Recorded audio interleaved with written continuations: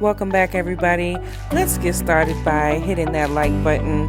And also, if you're new to the channel, please subscribe. And those of you returning, I thank you for coming back for another video. Let's get started. All right, so today we're talking branding. I'm going to show you how to make these labels with the QR codes.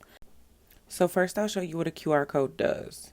So you'll just hold your camera over the QR code itself, and then you'll have this little link pop up, and boom, all you have to do is click it.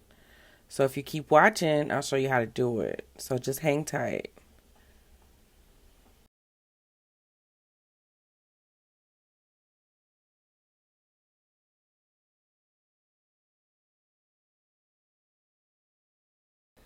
All right, so this is the logo that I will be making.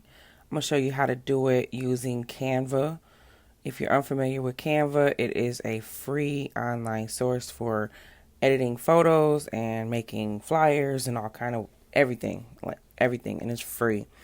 You have the option to use the pro version. I'm not sure how much it costs because I don't use it, but it is absolutely free. So first you'll start by setting your custom dimensions. I know my labels are 4 inches by 2 inches. Well, they're 4 inches by 3 1/4 inch. I can't recall right off bat, but the labels that I use, I'll put that link in the description box below. So anyway, I set the label for 4 inches by 2 inches because that's the dimensions I wanted to use. Now, included on Canva are a bunch of different backgrounds that you have the option to use. Again, those are free. But I had a image that I already wanted to use, and I just dragged that over. I'm using a Mac, so I can just drag photos from the desktop. I don't know how Windows works, but as an alternative, you can just upload the photo to where it says uploads and choose the photo you want to use. So this photo will be my background. I'll just stretch that into the position that I want it to be, which is super easy. And then once you reach that point, if you know what you're going to put on it, you go to where it says text, and they've got a bunch of different prefabricated options that you can choose from.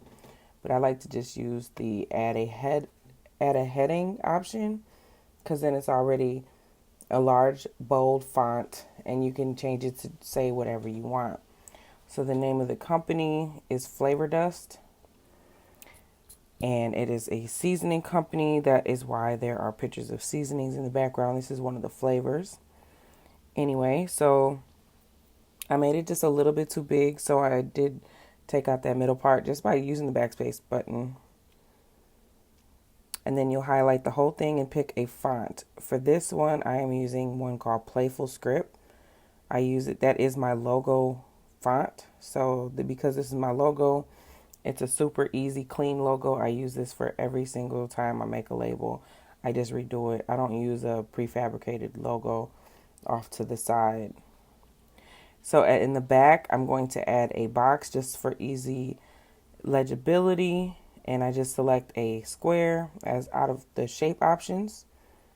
And I want the background of that square to be black. And then I will change the font up here at that font option color. I'll change it to white. And then size it how you find that you want it to be sized. Again, this is my go-to logo. Super easy to do, so I just redo it every single time rather than to have it prefabricated. And also because I almost always change the color. All of my labels have a different color of the logo just to kind of match the different flavor of the seasoning. So I also add to the side, I put Flavor Dust Co. just because that's like the way the logo looks. So you'll play around with that font until you get it perfect.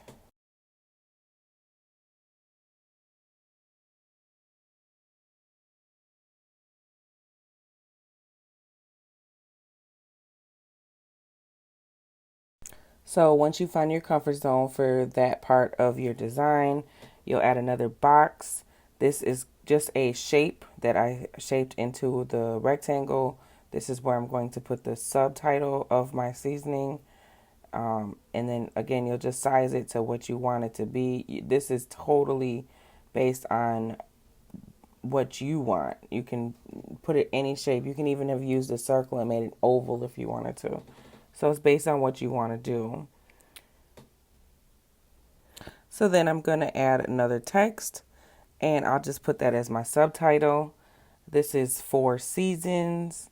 I didn't come up with a name. My best friend actually came up with the name, but I like to use something other than just the go-to title of all purpose. So anyway, I added that subtext, and then I added another one just to put exactly what Four Seasons meant, was the salt-free all purpose.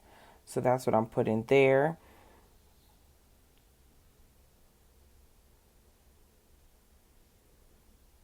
And then you'll change the color, and you'll just pick it up and drag it to where you want it, and just play with the sizing until you find something that you are comfortable with. And that was super simple. This process only took me about 7 minutes to do altogether. Of course, I've been using Canva for a while, so this is super easy to use once you get used to it, but it does take a little bit of getting used to, like I said. So just play around with your features until you find something you really like. And then you can highlight the whole thing and lock it into place by hitting that button group at the top. Now that you're all done, you'll want to use this little download button. It's just a downward facing arrow. And then you'll click that and hit download. You'll save it as either a JPEG or a PDF file. So in order to get this label printed, you'll want to go to a third-party website. I use Avery because they have a template that fits my waterproof label that I order from Amazon, although it is not made by Avery. So you'll want to go to your templates. These are my pre-existing projects. Like I said, I use this Canva and I use Avery combined to make the perfect labels.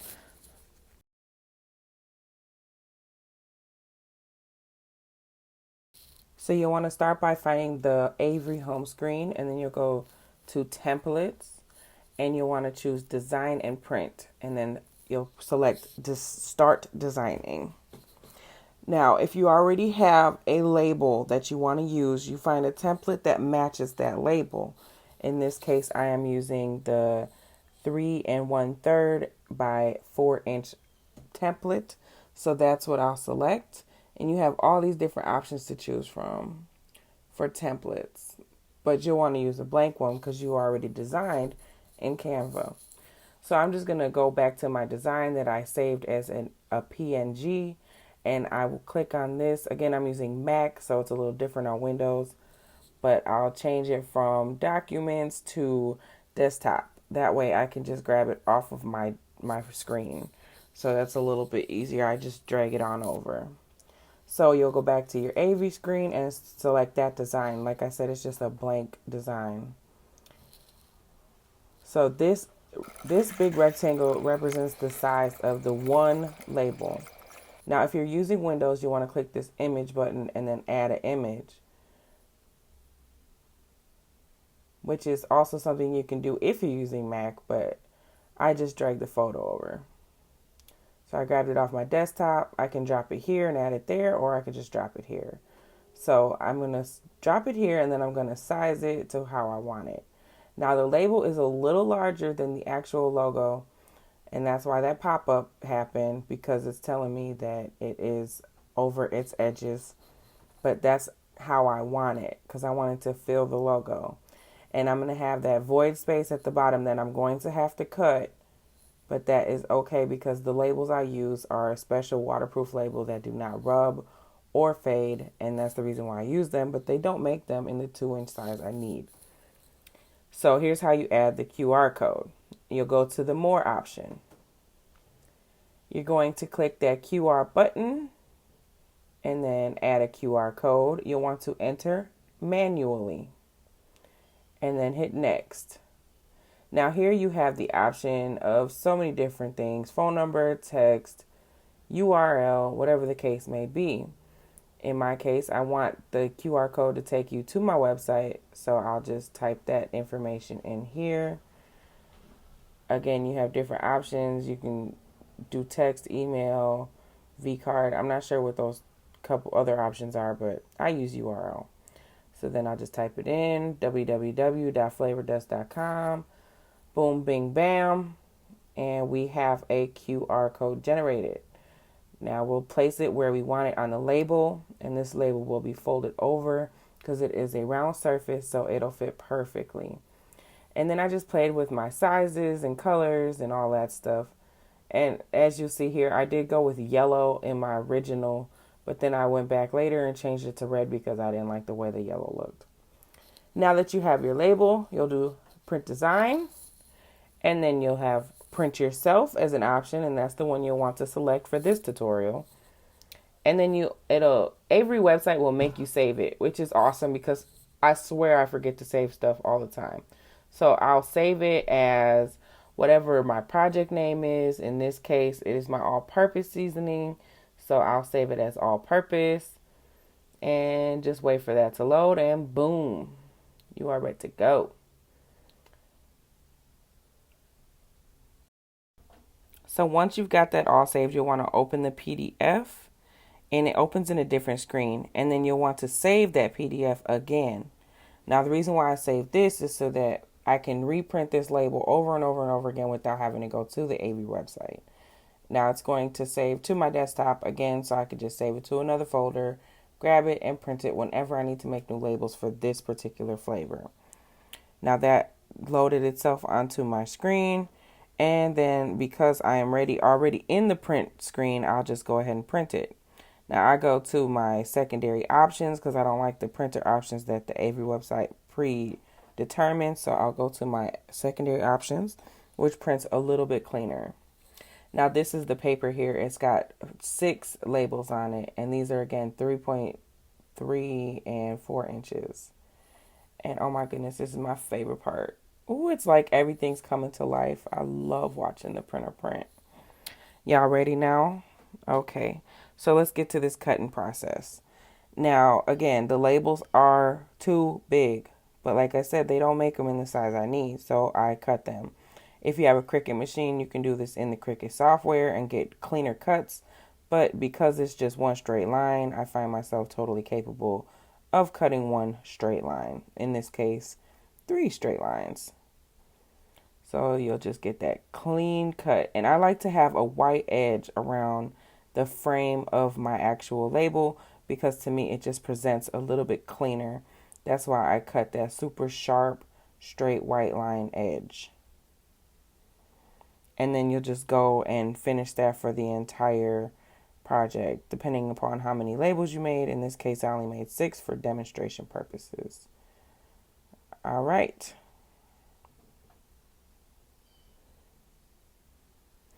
Now these labels, they come right off. So you'll just peel it right at the edge.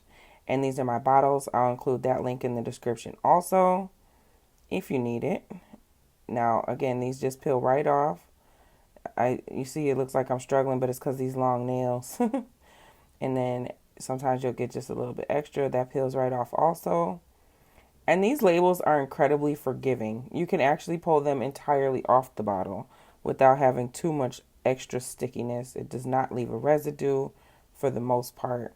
But if you do mess up or get bubbles in the process of putting the label onto the jar or to the plastic bottle, whatever you're using, it is incredibly forgiving. You can lift it back up and place it flat.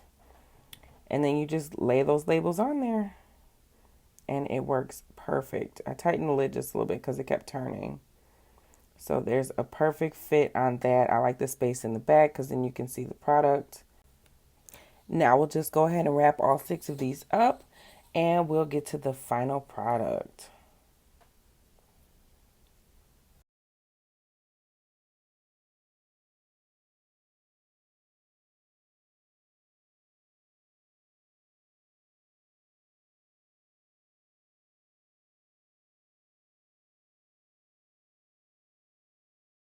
And now that you've seen how it's done, I'll show you one more time. This is the final product. This is how it looks once it is done and printed and placed onto the bottle. And this is how the QR code works again. So that QR code that you generated, you just pick it up with your camera. Like I said earlier, you can use this for a phone number, email, text message, whatever. There's so many different options for your QR code, and that's right on the Avery website. That is also another reason why I use the Avery website. So there you have it. That is the final product. And this is my website if you're interested in looking or buying any product. That's how you get there. I'll include that link in the description box below. And there you have it. That is the final product. Now you can do this again. I use canva.com, avery.com, and then I use a specialty waterproof printing paper for labels. I thank y'all for watching. I hope that y'all will like the video and subscribe. And if you have any questions involving this category, please don't hesitate to ask. I love answering these questions. I can be an incredible help if the right questions are asked. So please don't hesitate to reach out. All right, guys. Thanks for watching. Bye.